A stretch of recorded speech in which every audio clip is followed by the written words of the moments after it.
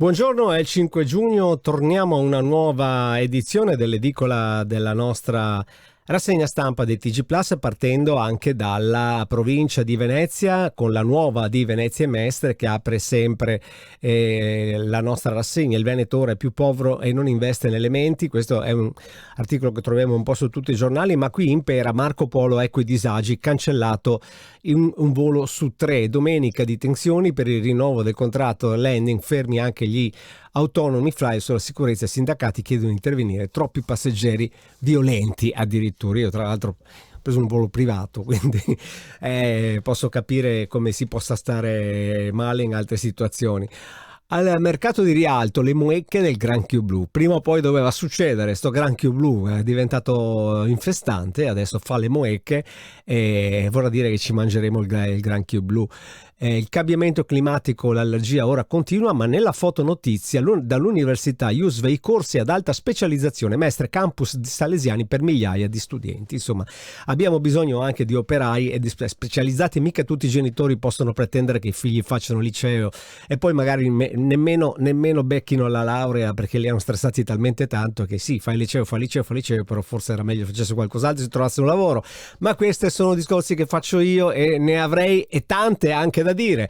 Mose, relazione positiva, ma ritardano le mitigazioni. C'è già il giallo dell'accoltellato, c'è il primo interrogatorio e Mestre il sogno si infrange contro Orsinovi. Vediamo su Gazzettino invece che cosa si dice. Cortina 2026, ecco tutte le opere e i costi dei giochi. Venezia, sciopero in aeroporto, un centinaio di voli annullati. Questa è un po' dappertutto, soprattutto sui giornali di Venezia. Il PNRR, governo verso la fiducia. Oggi andiamo un pelo.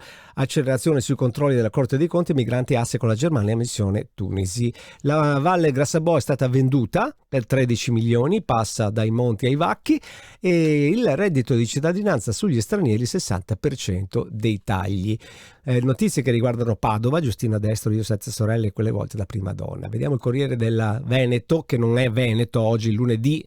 Vediamo solo il Corriere della Sera, perché il Corriere del Veneto lunedì non esce. PNRR, la trattativa su una clausola per salvare i fondi, l'ipotesi di dirottarli sull'efficienza energetica. Tajani, la Commissione UE non si schieri. Si parla ancora del femminicidio. Alessandro faceva paura, disse Giulia, dormi da me. Si sta andando avanti ancora con questa faccenda che scherza poco. Incursioni, prigionieri, battaglia di Belgorod, si vede questo mezzo lince o americano, forse è un Hammer, va bene, poco conta che mezzo è, fatto sta che è messo parecchio male perché è stato beccato da qualche cannonata.